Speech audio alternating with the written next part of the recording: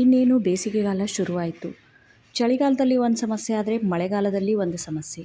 ಅದೇ ಬೇಸಿಗೆಯಲ್ಲಿ ಬೇರೆಯೇ ಸಮಸ್ಯೆಗಳು ನಮ್ಮ ಗಾರ್ಡ್ನರ್ಸ್ಗೆ ಎದುರಾಗ್ತಾನೇ ಇರುತ್ತೆ. ಅದನ್ನು ಹೇಗೆ ಫೇಸ್ ಮಾಡಬೇಕು, ಬೇಸಿಗೆಯಲ್ಲಿ ಗಿಡಗಳನ್ನು ಹೇಗೆಲ್ಲ ನಾವು ಸಂರಕ್ಷಣೆ ಮಾಡ್ಕೊಳ್ಬೇಕು, ಗಿಡಗಳನ್ನು ಹೇಗೆ ಆರೈಕೆ ಮಾಡಬೇಕು ಅನ್ನೋದನ್ನು ಈ ವಿಡಿಯೋನಲ್ಲಿ ತಿಳಿಸ್ಕೊಡ್ತಾ ಇದ್ದೀನಿ. So welcome back to Asha's plants and flowers YouTube channel. ದಯವಿಟ್ಟು ಚಾನಲ್ನ ಹೊಸದಾಗಿ ನೋಡ್ತಾ ಇದ್ದರೆ ಸಬ್ಸ್ಕ್ರೈಬ್ ಮಾಡ್ಕೊಳ್ಳಿ. ವಿಡಿಯೋ ಇಷ್ಟ ಆಗಿದ್ದರೆ, ಇನ್ಫಾರ್ಮೇಟಿವ್ ಅಂತ ಅನಿಸಿದ್ರೆ ದಯವಿಟ್ಟು ಲೈಕ್ ಮಾಡೋದನ್ನು ಕೂಡ ಮರಿಬೇಡಿ. ನಿನ್ನೆ ಒಬ್ಬರು ಕಮೆಂಟ್ ಮಾಡಿದರು, ಸತ್ಯನಾರಾಯಣ ರಾವಣ್ಣವರು ಹರಟೆ ಜಾಸ್ತಿ ಆಯಿತು ಅಂತ. ಯಾಕೆ ನೋಡ್ತೀರಾ? ನಿಮಗೆಲ್ಲ ನಮ್ಮ ವಿಡಿಯೋಗಳು ಹರಟೆ ಅನಿಸಿದ್ರೆ ದಯವಿಟ್ಟು ನೋಡಬೇಡಿ. ಏನೋ ಒಂದು ಮಾಹಿತಿ ಕೊಡಬೇಕು ಅಂತ ವಿಡಿಯೋ ಮಾಡ್ತಾ ಇರ್ತೀವಿ. ತುಂಬ ಜನ ಬಿಗಿನರ್ಸ್ ಇರ್ತಾರೆ, ಹೊಸದಾಗಿ ಗಾರ್ಡನಿಂಗ್ ಶುರು ಮಾಡೋರು ಇರ್ತಾರೆ. ಅವ್ರಿಗೆಲ್ಲ ಹೇಳಬೇಕಾಗತ್ತೆ, ನಿಮಗೆ ಅದು ಹರಟೆ ಅನಿಸಿದ್ರೆ ಸ್ಕಿಪ್ ಮಾಡಿ, ಇಲ್ಲ ಅಂತಂದರೆ ದಯವಿಟ್ಟು ನಿಮಗೆ ಕೈ ಮುಗಿತೀನಿ, ನನ್ನ ವೀಡಿಯೋಸ್ ನೋಡಬೇಡಿ. ಸೊ ಬನ್ನಿ, ಆಗಿದ್ರೆ ಇವತ್ತಿನ ವಿಡಿಯೋ ಶುರು ಮಾಡೋಣ.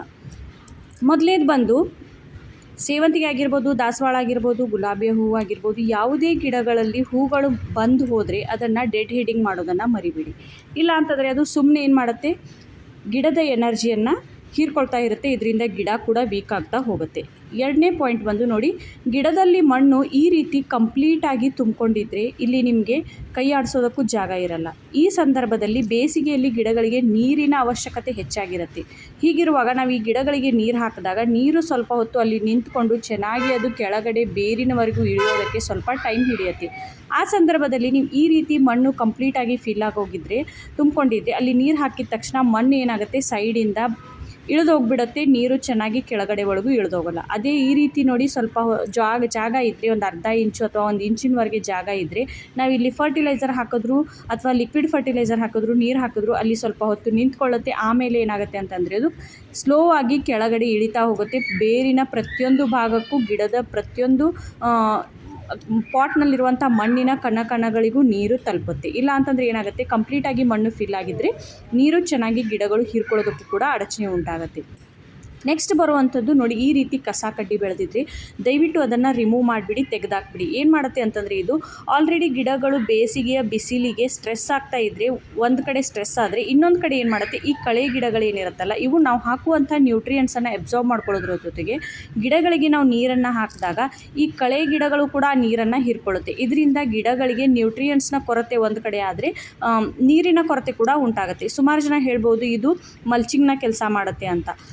ಒಂದು ವೇಳೆ ಇದು ಆ ರೀತಿ ಏನಾದರೂ ಕೆಲಸ ಮಾಡೋದಾದರೆ ಗಿಡಗಳು ತುಂಬಾ ಏನಾಗುತ್ತೆ ಅಂತಂದರೆ ಸ್ಟ್ರೆಸ್ಗೆ ಒಳಗಾಗುತ್ತೆ. ನೋಡಿ, ಈ ರೀತಿ ನಾವು ಕಳೆಯನ್ನು ತೆಗೆದು ಮಲ್ಚಿಂಗ್ ಮಾಡಬೇಕು ಅಂತಂದರೆ ಅದಕ್ಕೂ ಕೂಡ ಮುಂದೆ ನಾನೊಂದು ಆಪ್ಷನ್ ಹೇಳ್ತೀನಿ. ನೋಡಿ, ಈ ರೀತಿ ಸ್ವಲ್ಪ ಜಾಗ ಇದ್ದರೆ ನಾವು ನೀರನ್ನು ಹಾಕಿದಾಗ ಮೇಲ್ಗಡೆ ಸ್ವಲ್ಪ ಹೊತ್ತು ನಿಂತ್ಕೊಳ್ಳುತ್ತೆ. ನೀರು ಕಂಪ್ಲೀಟಾಗಿ ಅದು ತುಂಬಿಕೊಂಡಿದ್ರೆ ಮಣ್ಣು ನಿಂತ್ಕೊಳ್ಳೋಕ್ಕೆ ಜಾಗ ಇರಲ್ಲ, ಸೈಡಿಂದ ಹರಿದೋಗ್ಬಿಡುತ್ತೆ. ಆಮೇಲೆ ಕಳೆ ಗಿಡಗಳನ್ನು ತೆಗೆಯೋದ್ರ ವಿಷಯದ ಬಗ್ಗೆ ಹೇಳಬೇಕು ಅಂತಂದರೆ, ಆ ನನ್ನ ಪ್ರಕಾರ, ನನ್ನ ಪರ್ಸ್ನಲ್ ಎಕ್ಸ್ಪೀರಿಯನ್ಸ್ ಪ್ರಕಾರ, ನಾನು ನನ್ನ ಗಿಡದಲ್ಲಿ ಯಾವುದೇ ರೀತಿಯ ಕಳೆ ಗಿಡಗಳನ್ನು ಬಿಡಲ್ಲ. ಯಾಕಂತಂದರೆ ಇದು ಏನು ಮಾಡುತ್ತೆ, ಗಿಡವನ್ನು ವೀಕ್ ಆಗೋದಕ್ಕೆ ಹೆಲ್ಪ್ ಆಗುತ್ತೆ. ಅದರ ಬೀಜಗಳು ಅಲ್ಲಲ್ಲಿ ಸಿಡಿದು ಏನಾಗುತ್ತೆ, ಆ ಕಳೆ ಗಿಡಗಳು ಹೆಚ್ಚಿಗೆ ಬೆಳೆಯೋದಕ್ಕೂ ಕೂಡ ಇದು ಒಂದು ರೀತಿ ಅವಕಾಶ ಮಾಡಿಕೊಟ್ಟಾಗುತ್ತೆ. ಆಮೇಲೆ ನೋಡಿ, ನಿಮ್ಮ ಗಿಡದ ಡ್ರೈನೇಜ್ ಹೋಲನ್ನು ಮೊದಲು ಚೆಕ್ ಮಾಡಿ. ಯಾಕಂತಂದರೆ ಬೇಸಿಗೆಯಲ್ಲಿ ನಾವು ಡೈಲಿ ನೀರು ಹಾಕಬೇಕಾಗತ್ತೆ. ಡೈಲಿ ನೀರು ಹಾಕಿದಾಗ ನೀರು ಹೆಚ್ಚಿಗೆ ಹೆಚ್ಚು ನೀರು ಹಾಕಿರುವಂಥದ್ದು ಡ್ರೈನೇಜ್ ಹೋಲ್ನಿಂದ ಇಳಿದು ಹೋಗಲಿಲ್ಲ ಅಂತಂದರೆ ಅದು ಕೆಳಗಡೆ ಬೇಸ್ನಲ್ಲಿ ಸ್ಟಾಕ್ ಆಗ್ತಾ ಹೋಯಿತು, ನಿಂತ್ಕೊಳ್ತಾ ಹೋಯಿತು ಅಂತಂದರೆ ಮೇಲ್ಗಡೆ ಏನೋ ನಿಮಗೆ ನೀರು ಅಥವಾ ಮಣ್ಣು ಒಣಗಿದಾಗ ನೀವು ನೀರು ಹಾಕ್ತಾ ಹೋಗ್ತೀರಾ. ಆದರೆ ಕೆಳಗಡೆ ಡ್ರೈನೇಜ್ ಹೋಲ್ನಿಂದ ನೀರು ಡ್ರೈನ್ ಔಟ್ ಆಗಲಿಲ್ಲ ಅಂತಂದರೆ ಬೇರುಗಳು ಕೊಳೆಯೋದಕ್ಕೆ ಶುರುವಾಗುತ್ತೆ. ಗಿಡದ ಮೇಲೆ ಕೂಡ ಎಫೆಕ್ಟ್ ಆಗುತ್ತೆ. ಇದರಿಂದ ಮಿಲಿ ಬಗ್ಸ್, ಆಫಿಡ್ಸ್ ಇವೆಲ್ಲ ಏನು ಮಾಡುತ್ತೆ, ಗಿಡದ ಮೇಲೆ ಅಟ್ಯಾಕ್ ಮಾಡೋದಕ್ಕೆ ಶುರುವಾಗುತ್ತೆ. ಹಾಗಾಗಿ ಡ್ರೈನೇಜ್ ಹೋಲನ್ನು ಮೊದಲು ಚೆಕ್ ಮಾಡಿ. ಎಕ್ಸ್ಟ್ರಾ ನೀರು ಯಾವುದೇ ಸೀಸನ್ ಇರಲಿ, ಮಳೆ ಇರಲಿ, ಬೇಸಿಗೆ ಇರಲಿ, ಚಳಿ ಇರಲಿ, ಡ್ರೈನೇಜ್ ಹೋಲ್ನಿಂದ ಎಕ್ಸೆಸ್ ವಾಟರ್ ಡ್ರೈನ್ ಔಟ್ ಆಗಲೇಬೇಕು. ಇಲ್ಲ ಅಂತಂದರೆ ಗಿಡಗಳು ಒಣಗೋದಕ್ಕೆ ಶುರುವಾಗುತ್ತೆ. ನೆಕ್ಸ್ಟ್ ಬರುವಂಥದ್ದು ನೋಡಿ, ನೀವು ರೆಗ್ಯುಲರ್ ಆಗಿ ಆರ್ಗ್ಯಾನಿಕ್ ಫರ್ಟಿಲೈಸರ್ಸನ್ನು ಯೂಸ್ ಮಾಡ್ತಾ ಇದ್ದರೆ ಈ ರೀತಿ ಅರ್ತ್ ವರ್ಮ್ಸ್ ನಿಮ್ಮ ಗಿಡದಲ್ಲೂ ನೋಡೋದಕ್ಕೆ ಸಿಗುತ್ತೆ. ಈ ಅರ್ತ್ ವರ್ಮ್ಸ್ ನಿಮ್ಮ ಗಿಡದಲ್ಲಿದ್ದರೆ ಬೇಸಿಗೆಯಲ್ಲಿ ಇವುಗಳಿಗೆ ತುಂಬಾ ತೊಂದರೆ ಉಂಟಾಗುತ್ತೆ. ಯಾಕೆ ಅನ್ನೋದಾದರೆ ನೋಡಿ, ಇವು ಏನು ಮಾಡುತ್ತೆ ಅಂತಂದರೆ ಆವಾಗ ಮೇಲ್ಗಡೆ ಬಂದು ಉಸಿರಾಡೋದಕ್ಕೆ ಮೇಲ್ಗಡೆ ಬರ್ತಾ ಇರುತ್ತೆ. ಅಥವಾ ಏನೋ ಒಂದು ಕಾರಣಕ್ಕೆ ಅದು ಫುಡ್ ತಿನ್ನೋದಕ್ಕಾಗಿರ್ಬೋದು, ಯಾವುದೇ ಒಂದು ಕಾರಣಕ್ಕೆ ಈ ರೀತಿ ಈ ಎರೆಹುಳುಗಳು ಮೇಲ್ಗಡೆ ಬಂದಾಗ ಡೈರೆಕ್ಟಾಗಿ ಆ ಎರೆಹುಳುವಿನ ಮೇಲೆ ಬಿಸಿಲು ಬಿತ್ತು ಅಂತಂದರೆ ಅವು ಸತ್ತೋಗುತ್ತೆ. ಸತ್ತೋಗುತ್ತೆ. ಈ ಎರೆಹುಳುಗಳಿಗೆ ಡೈರೆಕ್ಟ್ ಸನ್ಲೈಟ್ ಇಷ್ಟ ಆಗಲ್ಲ, ಅವು ಸತ್ತೋಗುತ್ತೆ. ಇದರಿಂದ ಗಿಡದ ಮಣ್ಣಿನಲ್ಲೂ ಕೂಡ ಎಫೆಕ್ಟ್ ಆಗುತ್ತೆ. ಇವು ಎಷ್ಟು ಹೆಚ್ಚಿಗೆ ಇರುತ್ತೋ ಅಷ್ಟು ಮಣ್ಣಿನಲ್ಲಿ ಏರಿಯೇಷನ್ ಚೆನ್ನಾಗಾಗುತ್ತೆ. ಹಾಗಾಗಿ ನೀವೇನು ಮಾಡಿ, ಈ ರೀತಿ ಪ್ರತಿಯೊಬ್ಬರ ಮನೆಯಲ್ಲೂ ತೆಂಗಿನಕಾಯಿ ನಾವು ಪೂಜೆಗೆ ಅದಕ್ಕೆ ಇದಕ್ಕೆ ಹೊಡಿತಾನೆ ಇರ್ತೀವಿ. ಆವಾಗ ಈ ರೀತಿ ಏನು ಈ ಮೇಲ್ಗಡೆ ಇರುವಂಥ ಸಿಪ್ಪೆ ಬರುತ್ತಲ್ಲ, ಇದನ್ನು ಏನು ಮಾಡಿ ನೀವು ಮಲ್ಚಿಂಗ್ಗೆ ಯೂಸ್ ಮಾಡ್ಕೊಳ್ಬೋದು. ಡೈರೆಕ್ಟಾಗಿ ಯೂಸ್ ಮಾಡಬೇಡಿ. ಈ ರೀತಿ ಸ್ವಲ್ಪ ಹೊತ್ತು ನೀರಿನಲ್ಲಿ ನೆನೆಯೋದಕ್ಕೆ ಇಡಿ, ಅದು ಸಾಫ್ಟ್ ಆಗುತ್ತೆ. ಆವಾಗ ನೀವು ಇದನ್ನು ಮಣ್ಣಿನ ಮೇಲೆ ಮಲ್ಚಿಂಗ್ ಮಾಡಿದಾಗ ನೀವು ಒಂದು ವೇಳೆ ನೀವು ಊರಿಗೆ ಹೊರಗಡೆ ಹೋಗ್ತಾ ಇದ್ದೀರಾ ಅಥವಾ ಒಂದು 2 ದಿನ ನೀವು ಮನೆಯಲ್ಲಿಲ್ಲ, ಯಾವುದೋ ಒಂದು ಫಂಕ್ಷನ್ ಇದೆ, ಗಿಡಗಳ ಬಗ್ಗೆ ಗಮನ ಕೊಡೋದಕ್ಕಾಗ್ತಾ ಇಲ್ಲ, ನೀರು ಹಾಕೋದಕ್ಕಾಗ್ತಾ ಇಲ್ಲ, ಅಂಥ ಸಂದರ್ಭದಲ್ಲಿ ಒಂದು 2 ದಿನದ ಮಟ್ಟಿಗೆ, ಇವತ್ತು ನೀವು ಹೊರಗಡೆ ಹೋಗ್ತಾ ಇದ್ದೀರಾ ಅಥವಾ ಒಂದು 2 ದಿನ ನಿಮ್ಮ ಮನೇಲಿ ಫಂಕ್ಷನ್ ಇದೆ ಅಂದಾಗ ನೀವು ನೀರು ಹಾಕಿ ಈ ರೀತಿ ಮಲ್ಚಿಂಗ್ ಮಾಡಿ ಮತ್ತೆ ಮೇಲೆ ನೀರು ಸ್ಪ್ರೇ ಮಾಡಿದಾಗ ಆ ಮಣ್ಣು ಒಣಗಲ್ಲ. ನೀವು 2 ರಿಂದ 3 ದಿನದವರೆಗೂ ಹೊರಗಡೆ ಇದ್ದೀರಾ, ನೀರು ಹಾಕೋದಕ್ಕಾಗ್ತಾ ಇಲ್ಲ ಅಂತಂದರೆ ಆ ಮಲ್ಚಿಂಗ್ ಏನು ಮಾಡುತ್ತೆ, ಸ್ಪೆಷಲಿ ಈ ತೆಂಗಿನ ನಾರೇನಿರುತ್ತಲ್ಲ, ಇದು ತುಂಬಾ ಚೆನ್ನಾಗಿ ಮಣ್ಣಿನಲ್ಲಿ ತೇವಾಂಶವನ್ನು ಸ್ಟೋರ್ ಆಗಿರೋದಕ್ಕೆ ಹೆಲ್ಪ್ ಮಾಡುತ್ತೆ. ಆಮೇಲೆ ಈ ಎರೆಹುಳುಗಳಿಗೂ ಕೂಡ ಡೈರೆಕ್ಟಾಗಿ ಬಿಸಿಲು ಬರದೇ ಇರೋ ರೀತಿ, ಅವು ಸಾಯದೇ ಇರೋ ರೀತಿ, ಅವುಗಳಿಗೆ ಯಾವುದೇ ರೀತಿ ತೊಂದರೆ ಆಗದೇ ಇರೋ ರೀತಿಯು ಪ್ರೊಟೆಕ್ಷನನ್ನು ಕೊಡುತ್ತೆ. ಆಮೇಲೆ ನೋಡಿ, ನೆಕ್ಸ್ಟ್ ಬರುವಂಥ ಹ್ಯಾಕೇನು ಅಂತಂದರೆ, ಈ ರೀತಿ ಎಲ್ಲ ಗಿಡದಲ್ಲೂ ತೆಳ್ಳಗೆ ಯಾವುದೇ ರೀತಿ ಬೇಡದೇ ಇರುವಂಥ ಬ್ರಾಂಚಸ್ ನಿಮ್ಮ ಗಿಡದಲ್ಲೂ ಬೆಳೀತಾ ಇದ್ದರೆ ಆ ಒಂದು ಬ್ರಾಂಚಸನ್ನು, ಟೊಂಗೆಗಳನ್ನು ಕಟ್ ಮಾಡಿ ತೆಗೆದಾಕ್ಬಿಡಿ. ನೋಡಿ, ಇಲ್ಲಿ ನಾನು ಪ್ರೂನಿಂಗ್ ಮಾಡಿದ್ದೀನಿ, ಅಲ್ಲಿ ಒಂದೇ ಬ್ರಾಂಚ್ನಲ್ಲಿ 3 ಬ್ರಾಂಚ್ಗಳು ಕವಲೊಡೆದಿದೆ. ಆದರೆ ಈ ಒಂದು ಬ್ರಾಂಚ್ ನೋಡಿ ಉದ್ದನೆ ಹಾಗೆ ಬಂದಿದೆ. ಇದ್ರ ಮೇಲೆ ಹೆಚ್ಚಿಗೆ ಮಿಲಿಬಗ್ಸ್ ಕೂಡ ಅಟ್ಯಾಕ್ ಆಗುತ್ತೆ. ಯಾಕಂತಂದರೆ ಇದು ತುಂಬ ವೀಕ್ ಆಗಿರುತ್ತೆ. ಅಷ್ಟೇ ಅಲ್ಲ, ಗಿಡದ ತೇವಾಂಶ ಏನು ಮಾಡುತ್ತೆ, ಬೇರುಗಳು ಮೇಲ್ಗಡೆವರೆಗೂ ತಲುಪಿಸ್ಬೇಕಾಗತ್ತೆ. ಹಾಗಾಗಿ ಈ ಚಿಕ್ಕದಾಗಿರುವಂಥ ಕಡ್ಡಿ ಥರ ಇರುವಂಥ ಬ್ರಾಂಚಸ್ಗಳಿಗೂ ಕೂಡ ಏನು ಮಾಡುತ್ತೆ, ಗಿಡ ನ್ಯೂಟ್ರಿಯೆಂಟ್ಸನ್ನು, ನೀರನ್ನು ಸಪ್ಲೈ ಮಾಡಬೇಕಾಗುತ್ತೆ. ಆದರೆ ಈ ಗಿಡದಲ್ಲಿ ಯಾವುದೇ ರೀತಿಯ ಹೂಗಳು ಚೆನ್ನಾಗಿ ಬರಲ್ಲ, ದೊಡ್ಡದಾಗೂ ಅರಳಲ್ಲ. ಇವು ಅನಗತ್ಯವಾದಂಥ ಪೋಷಕಾಂಶಗಳನ್ನು ಹೀರ್ಕೊಳ್ತಾ ಇರುತ್ತೆ. ಹಾಗಾಗಿ ನೀವೇನು ಮಾಡಿ, ಇವಾಗ ಇನ್ನೂ ಫೆಬ್ರವರಿ ಇದೆ, ಹಾಗಾಗಿ ನಿಮ್ಮ ಗಿಡದಲ್ಲಿ ಏನಾದರೂ ಈ ರೀತಿ ಉದ್ದನೆ ಬ್ರಾಂಚಸ್ ಇದೆ, ಅದರಲ್ಲಿ ಚೆನ್ನಾಗಿ ಫ್ಲವರಿಂಗ್ ಆಗ್ತಾ ಇಲ್ಲ, ಒಂದು ರೀತಿ ನಿಮಗೆ ಟೊಂಗೆಗಳಾಗಿರ್ಬೋದು, ಬ್ರಾಂಚಸ್ ಆಗಿರ್ಬೋದು ವೀಕ್ ಅನ್ನಿಸ್ತಾ ಇದೆ, ಆ ಬ್ರಾಂಚಸನ್ನು ಇವಾಗಲೇ ಕಟ್ ಮಾಡಿ ತೆಗೆದಾಕ್ಬಿಡಿ. ಇದರಿಂದ ಏನಾಗುತ್ತೆ ಅಂತಂದರೆ ಗಿಡಗಳು ಆರೋಗ್ಯಕರವಾಗಿ ಬೆಳೆಯುತ್ತೆ. ಗಿಡದ ಒಂದು ಎನರ್ಜಿ ಹೆಚ್ಚಿಗೆ ವೇಸ್ಟ್ ಆಗಲ್ಲ. ಏನು ಮಾಡುತ್ತೆ ಅಂತಂದರೆ ಅದು ಹೆಚ್ಚಿನ ದೊಡ್ಡದಾಗಿರುವಂಥ ಹೂಗಳನ್ನು, ಬ್ರಾಂಚಸನ್ನು ಪ್ರೊಡ್ಯೂಸ್ ಮಾಡೋದಕ್ಕೂ ಕೂಡ ಗಿಡ ಏನು ಮಾಡುತ್ತೆ, ಫೋಕಸ್ ಮಾಡುತ್ತೆ. ಇಲ್ಲ ಅಂತಂದರೆ ಈ ತೆಳ್ಳನೆಯ ಬ್ರಾಂಚಸ್ಗಳಿಗೂ ಕೂಡ ಎಲ್ಲ ಎನರ್ಜಿ ವೇಸ್ಟ್ ಆಗೋದ್ರ ಜೊತೆಗೆ ನಮಗೆ ಚೆನ್ನಾಗಿ ನೋಡೋದಕ್ಕೂ ಕಾಣಲ್ಲ. ಗಿಡ ಒಂದು ಶೇಪಲ್ಲಿ, ಆಕಾರದಲ್ಲೂ ಕೂಡ ಇರಬೇಕು. ಇಲ್ಲ ಅಂತಂದರೆ ಗಿಡ ಅನಗತ್ಯವಾಗಿ ಆ ಕಡೆ ಈ ಕಡೆ ಬೆಳೀತಾ ಹೋದರೆ ಅದು ನೋಡೋದಕ್ಕೂ ಸುಂದರವಾಗಿರಲ್ಲ, ನಮಗೆ ಮೇಂಟೈನ್ ಮಾಡೋದಕ್ಕೂ ಕೂಡ ಕಷ್ಟ ಆಗುತ್ತೆ. ಬೇಸಿಗೆಯಲ್ಲಿ ಈ ರೀತಿ ತೆಳುವಾದಂತಹ ಬ್ರಾಂಚಸನ್ನು ಕಟ್ ಮಾಡೋದ್ರಿಂದ ಗಿಡಗಳು ಒಣಗೋದನ್ನು ಕೂಡ ನಾವು ತಪ್ಪಿಸ್ಬೋದು. ಯಾಕಂತಂದರೆ ಇವು ಚಿಕ್ಕದಾಗಿ ತೆಳ್ಳನೆ ಹೋಗಿರುವಂಥ ಬ್ರಾಂಚಸ್ ಏನಿರುತ್ತಲ್ಲ, ಇವು ಒಣಗ್ತಾ ಹೋದಂತೆ ಅವು ವೀಕ್ ಆಗ್ತಾ ಹೋಗುತ್ತೆ. ಗಿಡವನ್ನು ಕೂಡ ಏನು ಮಾಡುತ್ತೆ, ಇವು ವೀಕ್ ಮಾಡ್ತಾ ಹೋಗುತ್ತೆ. ಗಿಡಗಳಿಗೆ ಎನರ್ಜಿಯನ್ನು ಸಪ್ಲೈ ಮಾಡೋದಕ್ಕೂ ಕೂಡ ಅಡಚಣೆಯನ್ನು ಉಂಟು ಮಾಡುತ್ತೆ. ಹಾಗಾಗಿ ನೋಡಿ, ನಾನಂತೂ ನನ್ನ ಆಲ್ಮೋಸ್ಟ್ ಒಂದು 70-80% ಎಲ್ಲ ಗಿಡಗಳ ಡೆಡ್ ಬ್ರಾಂಚಸ್ಸನ್ನಾಗಿರ್ಬೋದು, ವೀಕ್ ಆಗಿರುವಂಥ ತೆಳ್ಳನೆಯ ಬ್ರಾಂಚಸನ್ನು ಏನು ಮಾಡ್ತಾ ಇದ್ದೀನಿ, ಕಟ್ ಮಾಡಿ ತೆಗಿತಾ ಇದ್ದೀನಿ. ನೆಕ್ಸ್ಟ್ ಬರುವಂಥ ಹ್ಯಾಕೇನು ಅಂತಂದರೆ, ನಿಮ್ಮ ಗಿಡದಲ್ಲೂ ಕೂಡ ಈ ರೀತಿ ಮೊಗ್ಗುದುರುವಂಥ ಸಮಸ್ಯೆ ಬಂದೇ ಬರುತ್ತೆ. ಅದು ಯಾವಾಗ ಬರುತ್ತೆ ಅಂತಂದರೆ, ಅತಿಯಾದ ಬಿಸಿಲು, ಅತಿಯಾದಂಥ ಒಂದು ಶಾಖ ಗಿಡಗಳಿಗೆ ಅಥವಾ ಬೇರಿನ ಮೇಲೆ ಡೈರೆಕ್ಟಾಗಿ ತಲುಪಿದಾಗ ಏನಾಗುತ್ತೆ, ಈ ಒಂದು ಸಮಸ್ಯೆಗಳು ಕಂಡುಬರುತ್ತೆ. ಹಾಗಾಗಿ ಸಾಧ್ಯವಾದಷ್ಟು ನಿಮಗೆ ಅನುಕೂಲ ಇದ್ದರೆ ಗಿಡಗಳನ್ನು ಸೆಮಿ ಶೇಡ್ನಲ್ಲಿ ಶಿಫ್ಟ್ ಮಾಡಿ. ಇಲ್ಲ ಅಂತಂದರೆ ಏನು ಮಾಡಬೇಕು, ಗ್ರೀನ್ ನೆಟ್ ಆದರೆ ಗ್ರೀನ್ ನೆಟ್ಟನ್ನು ಒಂದು ಗಿಡಗಳ ಮೇಲ್ಗಡೆ ಏನು ಮಾಡಿ ಅರೇಂಜ್ ಮಾಡ್ಕೊಳ್ಳಿ. ಇದರಿಂದ ಗಿಡಗಳಿಗೆ ಡೈರೆಕ್ಟಾಗಿ ಬಿಸಿಲು ಬೀಳೋದ್ರಿಂದ ಗಿಡಗಳು ಮೊಗ್ಗುದುರುವಂಥ ಸಮಸ್ಯೆಗಳು ಕೂಡ ಏನಾಗುತ್ತೆ, ಕಡಿಮೆ ಆಗುತ್ತೆ. ಆನಂತರ ಬರುವಂಥ ಹ್ಯಾಕೇನು ಅಂತಂದರೆ, ನೋಡಿ, ನೀವು ಪ್ರೂನಿಂಗ್ ಮಾಡಬೇಕಾದ್ರೆ ಆ ಗಿಡದ ಮೇಲೆ ಈ ರೀತಿ ಚಿಕ್ಕದಾಗಿ ಚಿಗುರು ಬರ್ತಾ ಇರುತ್ತೆ. ಅವು ಯಾವುದೇ ಕಾರಣಕ್ಕೂ ಉಪಯೋಗಕ್ಕೆ ಇರಲ್ಲ. ಈ ರೀತಿ ಬರುವಂಥ ಚಿಗುರಿನಲ್ಲಾಗಿರ್ಬೋದು, ಬ್ರಾಂಚಸ್ನಲ್ಲಾಗಿರ್ಬೋದು ಹೂಗಳು ಬರಲ್ಲ. ಯಾಕಂತಂದರೆ ಇವು ವೀಕ್ ಆಗಿರುತ್ತೆ, ಇವು ಅಷ್ಟೊಂದು ಸ್ಟ್ರಾಂಗ್ ಆಗಿರಲ್ಲ. ಅಷ್ಟೇ ಅಲ್ಲ, ಇವು ಈ ರೀತಿ ಇನ್ಸೆಕ್ಟ್ಸ್ಗಳು ಗಿಡದ ಮೇಲೆ ಅಟ್ಯಾಕ್ ಮಾಡೋದಕ್ಕೆ ಹೆಲ್ಪ್ ಮಾಡುತ್ತೆ. ಇವು ಮಾಯ್ಶ್ಚರನ್ನು ಹಿಡಿದಿಟ್ಕೊಳ್ಳುತ್ತೆ. ಗಿಡಗಳ ಮಣ್ಣಿನಲ್ಲಿ ಚೆನ್ನಾಗಿ ಸೂರ್ಯನ ಬೆಳಕು, ಸೂರ್ಯನ ಪ್ರಕಾಶ ತಲುಪೋದಕ್ಕೆ ಹೆಲ್ಪ್ ಆಗಲ್ಲ. ಎನರ್ಜಿಯನ್ನು ವೇಸ್ಟ್ ಮಾಡುತ್ತೆ. ಹಾಗಾಗಿ ಈ ರೀತಿ ಬೇಡದೇ ಇರುವಂಥ ಅನಗತ್ಯವಾಗಿರುವಂಥ ಚಿಕ್ಕ ಒಂದು ಅರ್ಧ ಇಂಚಿನಷ್ಟು ಏನಾಗಿರುತ್ತೆ, ಈ ರೀತಿ ವೇಸ್ಟ್ ಬ್ರಾಂಚಸ್ ಬರುತ್ತಲ್ಲ, ಇವುಗಳನ್ನು ರಿಮೂವ್ ಮಾಡಿ ತೆಗೆದಾಕ್ಬಿಡಿ. ಇದರಿಂದ ಗಿಡಗಳಿಗೆ ಯಾವುದೇ ರೀತಿಯ ಅನುಕೂಲ ಇಲ್ಲ. ಇವುಗಳನ್ನು ತೆಗೆದುಹಾಕೋದ್ರಿಂದ ಗಿಡ ಏನು ಮಾಡುತ್ತೆ, ಹೆಲ್ದಿಯಾಗಿರುವಂಥ, ಆರೋಗ್ಯಕರವಾಗಿರುವಂಥ ಬ್ರಾಂಚಸ್ಸನ್ನು ಪ್ರೊಡ್ಯೂಸ್ ಮಾಡೋದಕ್ಕೆ ಏನು ಮಾಡುತ್ತೆ, ಫೋಕಸ್ ಮಾಡುತ್ತೆ. ತನ್ನ ಎನರ್ಜಿಯನ್ನು ಆ ಒಂದು ಕೆಲಸದ ಮೇಲೆ ಫೋಕಸ್ ಮಾಡುತ್ತೆ. ನೋಡಿ ಇನ್ನೊಂದು ಪಾಯಿಂಟ್ ಏನು ಅಂತಂದರೆ ನೋಡಿ ಈ ರೀತಿ ಪ್ರೂನಿಂಗ್ ಮಾಡೋದ್ರಿಂದ ನಿಮಗೆ ಹೆಚ್ಚೆಚ್ಚು ಬ್ರಾಂಚಸ್ ಬರುತ್ತೆ, ಅದರಲ್ಲಿ ಹೆಚ್ಚೆಚ್ಚು ಹೂಗಳು ಸಿಗುತ್ತೆ. ಈ 2 ಬ್ರಾಂಚಸನ್ನು ನಾನು ಪ್ರೂನಿಂಗ್ ಮಾಡಿದಾಗ ಇದರಲ್ಲಿ ನನಗೆ 3 ಬ್ರಾಂಚಸ್ ಸಿಕ್ಕಿದೆ. ಅದರಲ್ಲಿ ಮೊಗ್ಗು ಕೂಡ ತುಂಬ ಚೆನ್ನಾಗಿ ಬಂದಿದೆ, ಗಿಡ ನೋಡೋದಕ್ಕೂ ಕೂಡ ಒಂದು ಶೇಪಲ್ಲಿ ಕಾಣಿಸ್ತಾ ಇದೆ. ಅದೇ ನೋಡಿ ಈ ಒಂದು ಬ್ರಾಂಚಸ್ ಉದ್ದಕ್ಕೆ ಬಂದಿದೆ, ಇದು ಎಷ್ಟು ನೋಡೋದಕ್ಕೆ ಕೆಟ್ಟದಾಗಿ ಕಾಣಿಸ್ತಾ ಇದೆ. ಈ ರೀತಿ ಇರುವಾಗ ನಾನು ಈ ಒಂದು ಬ್ರಾಂಚಸನ್ನು ಕಟ್ ಮಾಡಿದಾಗ ಅಲ್ಲಿ ಕೂಡ ಕವಲೊಡೆದು ಅಲ್ಲೂ ಕೂಡ ಏನು ಮಾಡುತ್ತೆ ಹೆಲ್ದಿಯಾಗಿ ನನಗೆ ಹೂಗಳು ನೋಡೋದಕ್ಕೆ ಸಿಗುತ್ತೆ. ನೆಕ್ಸ್ಟ್ ಬರುವಂಥದ್ದು ಹಳದಿ ಎಲೆ. ಇದು ಕೂಡ ಸರ್ವೇ ಸಾಮಾನ್ಯವಾಗಿ ಎಲ್ಲ ಗಾರ್ಡ್ನರ್ ಎಲ್ಲ ಗಿಡಗಳನ್ನು ಬೆಳೆಸ್ತಿರುವಂಥವರ ಒಂದು ಗಾರ್ಡನಲ್ಲಿ ಬರುವಂಥ ಸಮಸ್ಯೆ. ಬೇಸಿಗೆಯಲ್ಲಿ ಈ ಹಳದಿ ಎಲೆಗಳು ಕಂಡು ಬರೋದು ಸರ್ವೇ ಸಾಮಾನ್ಯ. ವಾತಾವರಣದ ಬದಲಾವಣೆ, ಕೀಟಗಳ ಅಟ್ಯಾಕ್ ಆಗೋದ್ರಿಂದ ಈ ರೀತಿ ಎಲೆಗಳು ಹಳದಿ ಆಗ್ತಾ ಹೋಗುತ್ತೆ. ನೈಟ್ರೋಜನ್ನ ಕೊರತೆಯಿಂದ, ಮೆಗ್ನೀಷಿಯಂನ ಸಲ್ಫೇಟ್ ಕೊರತೆಯಿಂದ ಈ ಹಳದಿ ಎಲೆಗಳು ಬರೋದಕ್ಕೆ ಶುರುವಾಗುತ್ತೆ. ನೋಡಿ ಹಸಿರಾಗಿರುವಂಥ ಗಿಡ ನೋಡೋದಕ್ಕೆ ಎಷ್ಟು ಚೆನ್ನಾಗಿ ಕಾಣುತ್ತೆ, ಅದೇ ಒಂದೇ ಒಂದು ಹಳದಿ ಎಲೆ ಇದ್ರೂ ಕೂಡ ಆ ಗಿಡ ನೋಡೋದಕ್ಕೆ ಚೆನ್ನಾಗಿ ಕಾಣಲ್ಲ. ಹಾಗಾಗಿ ಆ ಎಲೆಗಳನ್ನು ರಿಮೂವ್ ಮಾಡಿ. ಇಲ್ಲ ಅಂತಂದರೆ ಆ ಎಲೆಗಳು ಏನು ಮಾಡುತ್ತೆ ಅಂತಂದರೆ ಕೀಟಗಳನ್ನು, ಇನ್ಸೆಕ್ಟ್ಸನ್ನು ಅಟ್ರ್ಯಾಕ್ಟ್ ಮಾಡ್ಕೊಳ್ಳೋದಕ್ಕೆ ಸಹಾಯ ಮಾಡುತ್ತೆ.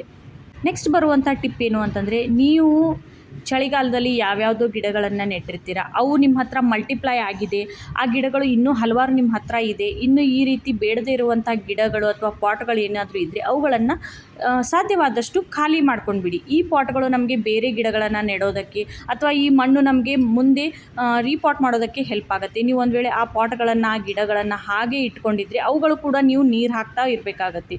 ಆ ಗಿಡಗಳು ನಮಗೆ ಯೂಸ್ ಆಗಲ್ಲ, ನೋಡೋದಕ್ಕೂ ಚೆನ್ನಾಗಿರಲ್ಲ. ಆ ಗಿಡಗಳ ಹಲವಾರು ಬ್ರಾಂಚಸನ್ನು ನಾವು ಕಟ್ ಮಾಡಿ ಪ್ರೊಪೋಗೇಟ್ ಮಾಡಿರ್ತೀವಿ, ಅದರಲ್ಲಿ ಹೂಗಳು ಬರ್ತಾ ಇರುತ್ತೆ. ಆದರೆ ಆದ ಮದರ್ ಪ್ಲಾಂಟ್ ಏನಿರುತ್ತಲ್ಲ ಅದು ಒಣಗ್ತಾ ಇರುತ್ತೆ, ಅದನ್ನು ಹಾಗೆ ಇಟ್ಕೊಂಡು ಬಿಡ್ತೀವಿ. ಇದರಿಂದ ಗಿಡದ ಮಣ್ಣು ವೇಸ್ಟ್ ಆಗುತ್ತೆ, ನಮಗೆ ಕೆಲಸ ಕೂಡ ಹೆಚ್ಚಿಗೆ ಆಗುತ್ತೆ, ನೀರು ಕೂಡ ವೇಸ್ಟ್ ಆಗೋದಕ್ಕೆ ಶುರುವಾಗುತ್ತೆ. ಹಾಗಾಗಿ ಬೇಡದೇ ಇರುವಂಥ ಪಾಟನ್ನು ಏನು ಮಾಡಿ ಆದಷ್ಟು ಖಾಲಿ ಮಾಡಿ ಆ ಮಣ್ಣನ್ನು ಒಣಗಿಸಿ ಸ್ಟೋರ್ ಮಾಡಿ ಇಟ್ಕೊಳ್ಳಿ. ನೆಕ್ಸ್ಟ್ ಬರುವಂಥ ಪಾಯಿಂಟ್ ಏನು ಅಂತಂದರೆ ನೋಡಿ, ನನ್ನ ಪ್ರತಿಯೊಂದು ವಿಡಿಯೋನಲ್ಲಿ ನಿಮಗೆ ಗಿಡಗಳ ಬೇಸನ್ನು ನೋಡಿದಾಗ ಅಲ್ಲಿ ಈರುಳ್ಳಿ ಗಿಡಗಳು ನೋಡೋದಕ್ಕೆ ಸಿಗುತ್ತೆ.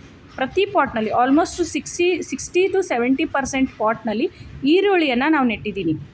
ಇವಾಗ ನಾವು ಈರುಳ್ಳಿ ತರಕಾರಿ ತರ್ತೀವಲ್ಲ, ಎಲೆ ಇರುವಂಥದ್ದು, ಆ ಕೆಳಗಡೆ ಇರುವಂಥ ಏನು ಬಿಳಿ ಗಡ್ಡೆ ಇರುತ್ತಲ್ಲ ಅದನ್ನು ಹಾಗೆ ಮಣ್ಣಲ್ಲಿ ನಾನು ಈ ರೀತಿ ಹಾಕಿರ್ತೀನಿ, ಅದು ಬೆಳೀತಾ ಇರುತ್ತೆ. ನೋಡಿ ಅದರಲ್ಲಿ ಸೀಡ್ಸ್ ಕೂಡ ಬಂದಿದೆ. ನಾನು ಹಿಂದೆ ಒಂದು ಪ್ರಶ್ನೆ ಕೇಳಿದ್ದೆ ಯಾವ ಹೂವು ಅಂತ, ತುಂಬ ಜನ ತಪ್ಪಾಗಿರುವಂಥ ಆನ್ಸರ್ ಮಾಡಿದ್ರಿ. ಅದಕ್ಕೆ ಸರಿಯಾದ ಉತ್ತರ ಈರುಳ್ಳಿ ಹೂವು.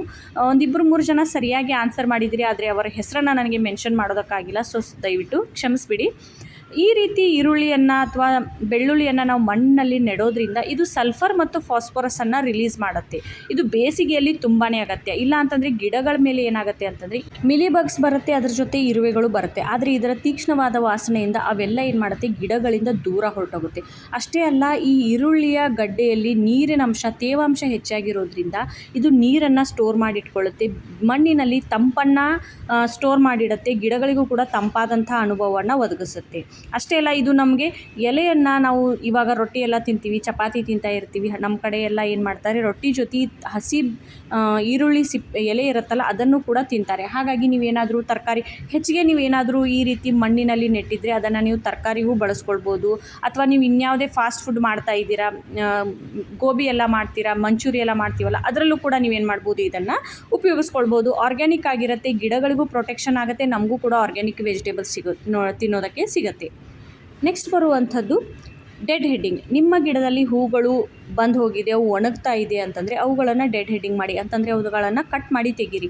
ಆವಾಗಲೇ ನಿಮಗೆ ಏನಾಗುತ್ತೆ ಅಂತಂದರೆ ಹೊಸ ಬ್ರಾಂಚಸ್ ಬರುತ್ತೆ, ಹೊಸದಾಗಿ ಮೊಗ್ಗುಗಳು ಬರುತ್ತೆ, ಹೂಗಳು ಬರೋದಕ್ಕೂ ಕೂಡ ಹೆಲ್ಪ್ ಆಗುತ್ತೆ. ಇಲ್ಲ ಅಂತಂದರೆ ಒಣಗೋವರೆಗೂ ಅಲ್ಲೇ ಬಿಟ್ಟರೆ ಗಿಡದ ಲುಕ್ ಕೂಡ ಹಾಳಾಗುತ್ತೆ, ಗಿಡದಲ್ಲಿ ಕೀಟಗಳ ಬಾಧೆ ಕೂಡ ಹೆಚ್ಚಿಗೆ ಆಗುತ್ತೆ. ಹಾಗಾಗಿ ಒಣಗಿರುವಂಥ ಹೂಗಳನ್ನು ರಿಮೂವ್ ಮಾಡೋದನ್ನು ಮರಿಬೇಡಿ, ಸ್ಪೆಷಲ್ಲಾಗಿ ಬೇಸಿಗೆಯಲ್ಲಿ. ಯಾಕಂತಂದರೆ ಆಲ್ರೆಡಿ ಗಿಡದ ಎನರ್ಜಿ ತುಂಬಾ ಲಾಸ್ ಆಗ್ತಾ ಇರುತ್ತೆ. ಒಂದು ವೇಳೆ ನೀವು ಒಣಗಿರುವಂಥ ಹೂಗಳನ್ನು ಅದ್ರ ಮೇಲೆ ಬಿಟ್ಟರೆ ಅವು ಕೂಡ ಗಿಡದ ಎನರ್ಜಿಯನ್ನು ಹೀರ್ಕೊಳ್ತಾ ಇರುತ್ತೆ, ಗಿಡ ಕೂಡ ನೋಡೋದಕ್ಕೆ ಸುಂದರವಾಗಿ ಕಾಣಲ್ಲ, ಹೊಸ ಹೂಗಳು ಕೂಡ ನಮಗೆ ಹೆಚ್ಚಿಗೆ ಹಾರ್ವೆಸ್ಟಿಂಗ್ ಕೂಡ ಸಿಗಲ್ಲ. ನೆಕ್ಸ್ಟ್ ಬರುವಂಥ ಪಾಯಿಂಟ್ ಏನು ಅಂತಂದರೆ, ನಾನು ಆವಾಗಲೇ ಹೇಳಿದ್ದೆ ಮಲ್ಚಿಂಗ್ ಮಾಡಿ ಹೊರಗಡೆ ಹೋಗ್ತಾ ಇದ್ದೀರಾ ಅಂತಂದರೆ. ಇನ್ನೊಂದು ಏನು ಅಂತಂದರೆ ಬೆನಿಫಿಟ್, ನಮಗೆ ಈ ರೀತಿ ಪ್ಲಾಸ್ಟಿಕ್ ಬಾಟಲ್ಸ್ ನಮ್ಮ ಹತ್ರ ಇದ್ದೇ ಇರುತ್ತೆ. ಇವಾಗ ನಾವು ಕೋಲ್ಡ್ ಡ್ರಿಂಕ್ಸ್ ಎಲ್ಲ ಕುಡಿತೀವಿ ಅಥವಾ ಯಾವುದೋ ಕಾರಣಕ್ಕೆ ನಮ್ಮ ಮನೆಯಲ್ಲಿ ಪ್ಲಾಸ್ಟಿಕ್ ಬಾಟಲ್ಸ್ ಬಂದಿರುತ್ತಲ್ಲ, ಇವುಗಳನ್ನು ಎಸಿಬೇಡಿ. ಇದನ್ನು ಮಣ್ಣಿನಲ್ಲಿ ಹಾಕೋದ್ರಿಂದ ಭೂಮಿಗೂ ಕೂಡ ಏನಾಗುತ್ತೆ, ಇದರಿಂದ ತೊಂದರೆ ಆಗುತ್ತೆ. ಹಾಗಾಗಿ ಇದ್ರ ಮೇಲೆ ಏನು ಮಾಡಿ, ಒಂದು ಸೂಜಿಯಿಂದ ಒಂದು ಸಿಂಗಲ್ ಆಗಿ ಒಂದು ಹೋಲನ್ನು ಮಾಡಿ, ಅದನ್ನು ಈ ರೀತಿ ನೀರನ್ನು ತುಂಬಿ ಉಲ್ಟಾ ಈ ರೀತಿ ತಲೆ ಕೆಳಗೆ ಬುಡ ಮೇಲೆ ಮಾಡಿ, ಯಾವ ಗಿಡದ ಮಣ್ಣು ಮೇಲಿನ ಮೇಲೆ ಒಣಗುತ್ತೆ, ಯಾವ ಗಿಡಕ್ಕೆ ನೀರಿನ ಅವಶ್ಯಕತೆ ಅವಶ್ಯಕತೆ ಹೆಚ್ಚಿಗೆ ಇದೆ ಅಥವಾ ನೀವು ಮನೆಯಲ್ಲಿ 2-3 ದಿನಗಳವರೆಗೆ ಇಲ್ಲ ಅನ್ನೋರು ಈ ರೀತಿ ಬಾಟಲನ್ನು ಗಟ್ಟಿಯಾಗಿರುವಂಥ ಒಂದು ಬ್ರಾಂಚಿಗೆ ಕಟ್ಟಿ ನೀವು ಹೊರಗಡೆ ಹೋದರೆ ಆ ಬಾಟಲ್ನಿಂದ ಹನಿ ಹನಿಯಾಗಿ ಡ್ರಿಪ್ ಇರಿಗೇಷನ್ ಶುರುವಾಗುತ್ತೆ. ನೋಡಿ, ಫ್ರೀ ಆಫ್ ಕಾಸ್ಟ್ ನಾವೇನು ಮಾಡ್ಬೋದು, ಬೇಸಿಗೆಯಲ್ಲಿ ಡ್ರಿಪ್ ಇರಿಗೇಷನ್ ಕೂಡ ಮಾಡ್ಬೋದು. ಎಲ್ಲ ಗಿಡಗಳಿಗೆ ಈ ರೀತಿ ಮಾಡಿ ಅಂತ ಹೇಳ್ತಾ ಇಲ್ಲ. ನೀವು ಯಾವ ಗಿಡಗಳಿಗೆ ನೀರಿನ ಅವಶ್ಯಕತೆ ಇದೆ, ಅದರ ಬ್ರಾಂಚಸ್ ಅಂತಂದರೆ ಅದರ ಒಂದು ಕಾಂಡ ಏನಿದೆಯಲ್ಲ, ದಪ್ಪನಾಗಿರುವಂಥ ಕಾಂಡಕ್ಕೆ ಈ ರೀತಿ ಮಾಡಿ, ಯಾವ ಗಿಡದ ಯಾವ ಗಿಡದ ಪಾಟ್ ಚಿಕ್ಕದಾಗಿದೆ, ಮಣ್ಣು ಅದರಲ್ಲಿ ಹೆಚ್ಚಿಗೆ ಇಲ್ಲ, ಗಿಡದ ಬ್ರಾಂಚಸ್ ತೆಳುವಾಗಿದೆ, ಗಿಡ ಚಿಕ್ಕದಿದೆ ಅನ್ನೋರು ಮಲ್ಚಿಂಗ್ ಮಾಡಿ, ಯಾವ ಗಿಡದ ಬ್ರಾಂಚಸ್ ಅಥವಾ ಅದರ ಒಂದು ಕಾಂಡ ದಪ್ಪಾಗಿದೆ ಅನ್ನೋರು ಈ ಒಂದು ಹ್ಯಾಕನ್ನು ನೀವೇನು ಮಾಡ್ಬೋದು, ಫಾಲೋ ಮಾಡ್ಬೋದು. ಎಲ್ಲ ಗಿಡಗಳಿಗೂ ಕಟ್ಟೋದಕ್ಕಾಗಲ್ಲ, ಎಲ್ಲ ಗಿಡಗಳಿಗೂ ಮಲ್ಚಿಂಗ್ ಮಾಡೋದಕ್ಕಾಗಲ್ಲ. ಹಾಗಾಗಿ ಯಾವುದಾದ್ರೂ ಒಂದು ನಿಮಗೆ ಯಾವುದು ಕನ್ವೀನಿಯನ್ಸ್ ಅನ್ನತ್ತೆ, ಯಾವುದು ನಿಮಗೆ ಈಸಿ ಆಗುತ್ತೋ ಆ ಒಂದು ಮೆಥಡನ್ನು ನೀವು ಫಾಲೋ ಮಾಡ್ಬೋದು. ನೆಕ್ಸ್ಟ್ ಬರುವಂಥದ್ದು ನೋಡಿ, ನೀರನ್ನು ಸ್ಪ್ರೇ ಮಾಡೋದನ್ನು ಮರಿಬೇಡಿ. ಸಾಧ್ಯವಾದಷ್ಟು 2 ಟೈಮ್ಸ್ ಸ್ಪ್ರೇ ಮಾಡಿ. ಯಾರು ಹೊರಗಡೆ ವರ್ಕಿಗೆ ಹೋಗ್ತೀರಾ, ಆಫೀಸ್ಗೆಲ್ಲ ಹೋಗ್ತೀರಾ, ಅಥವಾ ಇನ್ಯಾವುದೋ ಕಾರಣಕ್ಕೆ ನೀವು ಮನೆಯಲ್ಲಿ ಬೆಳಗ್ಗೆಯಿಂದ ಸಾಯಂಕಾಲ ಹೊತ್ತು ಇರಲ್ಲ ಅನ್ನೋರು ಅಟ್ಲೀಸ್ಟ್ ಡೈಲಿ ಒನ್ಸ್ ಆದರೂ ನೀವೇನು ಮಾಡಿ, ಗಿಡಗಳಿಗೆ ಈ ರೀತಿ ಸ್ಪ್ರೇ ಮಾಡಿ. ಇದರಿಂದ ಗಿಡ ಕ್ಲೀನಾಗಿರುತ್ತೆ, ಗಿಡದಲ್ಲಿ ಯಾವುದೇ ರೀತಿಯ ಇನ್ಸೆಕ್ಟ್ ಅಟ್ಯಾಕ್ ಆಗೋಲ್ಲ. ಆಮೇಲೆ ನೋಡಿ, ನಾನು ಆವಾಗಲೇ ತೋರಿಸಿದ್ನಲ್ಲ ಇದೇ ಗಿಡದ ಬ್ರಾಂಚ್, ಆ ಗಿಡದ ಬ್ರಾಂಚ್ ನೋಡೋದಕ್ಕೆ ಈ ಗಿಡದ ಬ್ರಾಂಚ್ ನೋಡೋದಕ್ಕೆ ಎಷ್ಟು ವ್ಯತ್ಯಾಸ ಇದೆ. ಒಂದೇ ಗಿಡ ಆದರೆ 2 ಬ್ರಾಂಚಸ್, ಎರಡರಲ್ಲೂ ಎಷ್ಟು ವ್ಯತ್ಯಾಸ. ಆ ಗಿಡ ನೋಡೋದಕ್ಕೆ, ಆ ಬ್ರಾಂಚ್ ನೋಡೋದಕ್ಕೆ ಹೆಲ್ದಿಯಾಗಿದೆ, ಈ ಬ್ರಾಂಚ್ ನೋಡಿ ಎಷ್ಟು ಎಲೆಗಳು ಕರ್ಲಿಯಾಗಿದೆ. ತುಂಬ ಜನರ ಕಮೆಂಟ್ಸ್ ಬರ್ತಾ ಇದೆ, ಅಕ್ಕ ಎಲೆಗಳು ಕರ್ಲಿ ಆಗ್ತಾ ಇದೆ, ಗಿಡದಲ್ಲಿ ಗ್ರೋತ್ ಏನೋ ಆಗ್ತಾ ಇದೆ, ಹೂಗಳು ಬರ್ತಾ ಇಲ್ಲ. ನೋಡಿ, ಈ ರೀತಿ ಮಿಲಿಬಗ್ಸ್ ಎಲ್ಲಿ ಗಿಡ ಬುಷಿಯಾಗಿ ಬರುತ್ತೋ, ಎಲ್ಲಿ ಎಲೆಗಳು ಹೆಲ್ದಿಯಾಗಿ ಬರುತ್ತೋ ಅಲ್ಲಿ ಈ ರೀತಿ ಮಿಲಿಬಗ್ಸ್ ಅಟ್ಯಾಕ್ ಮಾಡುತ್ತೆ. ಹಾಗಾಗಿ ನಾನು ಹೇಳೋದು, ರೆಗ್ಯುಲರ್ ಆಗಿ ಗಿಡದ ಮೇಲೆ ಸ್ಪ್ರೇ ಮಾಡಿ. ಈ ರೀತಿ ಶಾರ್ಪಾಗಿ ನೋಸಲ್ ಇರುತ್ತಲ್ಲ, ಬಾಟಲ್ನ ನೋಸಲ್, ಅದನ್ನು ಟರ್ನ್ ಮಾಡಿ ಪ್ರೆಷರಿಂದ ಸ್ಪ್ರೇ ಮಾಡೋದ್ರಿಂದ ಆ ಮಿಲಿಬಗ್ಸ್ ಹೊರಟೋಗುತ್ತೆ. ನೀವು ಡೈಲಿ ಸ್ಪ್ರೇ ಮಾಡೋದ್ರಿಂದ ಮಿಲಿಬಗ್ಸ್ ಬರೋದೇ ಇಲ್ಲ. ಹಾಗಾಗಿ ನಾನು ಹೇಳೋದು, ರೆಗ್ಯುಲರ್ ಆಗಿ ಗಿಡಗಳನ್ನು ಕ್ಲೀನ್ ಮಾಡ್ತಾಯಿರಿ. ಇದರಿಂದ ಗಿಡದಲ್ಲಿ ಏನಾಗ್ತಾ ಇದೆ, ಏನೆಲ್ಲ ಚೇಂಜಸ್ ಆಗ್ತಾ ಇದೆ, ಏನೆಲ್ಲ ತೊಂದರೆ ಆಗ್ತಾ ಇದೆ ಅನ್ನೋದು ಕೂಡ ನಿಮಗೆ ಅರ್ಥ ಆಗುತ್ತೆ. ಸೊ ಇದಿಷ್ಟು ಈ ವಿಡಿಯೋನಲ್ಲಿ ತಿಳಿಸ್ಕೊಟ್ಟಿದ್ದೀನಿ. ಇನ್ನೊಂದು ಬೇಸಿಗೆ ರಿಲೇಟೆಡ್ ವಿಡಿಯೋ ಬರುತ್ತೆ. ಸೊ ಹಾಗಾಗಿ ಚಾನಲನ್ನು ಸಬ್ಸ್ಕ್ರೈಬ್ ಮಾಡ್ಕೊಳ್ಳಿ. ವಿಡಿಯೋ ಸ್ವಲ್ಪ ಲೆಂದಿ ಆಗಿದೆ, ದಯವಿಟ್ಟು ಕ್ಷಮಿಸಿ. ಆದರೆ ನಾನು ಬೇಸಿಗೆಗೆ ಅಗತ್ಯವಾಗಿರುವಂಥ ಎಲ್ಲ ಪಾಯಿಂಟ್ಸನ್ನು ಇದರಲ್ಲಿ ಕವರ್ ಮಾಡಿದ್ದೀನಿ. ಇನ್ನೇನಾದರೂ ನಿಮ್ಮ ಮೈಂಡಲ್ಲೂ ಐಡಿಯಾಸ್ ಇದ್ದರೆ ದಯವಿಟ್ಟು ಕಮೆಂಟ್ ಬಾಕ್ಸಲ್ಲಿ ಶೇರ್ ಮಾಡಿ. ಅದನ್ನು ಕೂಡ ಮುಂದಿನ ವೀಡಿಯೋನಲ್ಲಿ ನೀವು ಹೇಗೆ ಗಾರ್ಡನನ್ನು ಬೇಸಿಗೆಯಲ್ಲಿ ಮೇಂಟೈನ್ ಮಾಡ್ತೀರಾ ಅನ್ನೋದನ್ನು ಇನ್ನೂ ಹಲವಾರು ಜನರಿಗೆ ಆ ಕಮೆಂಟನ್ನು ಓದೋದ್ರಿಂದ ಹೆಲ್ಪ್ ಆಗುತ್ತೆ. ಸೊ ವಿಡಿಯೋ ನಾವು ಇಲ್ಲಿಗೆ ಮುಗಿಸ್ತಾ ಇದ್ದೀನಿ. Thanks for watching. Bye. Happy gardening. Take care.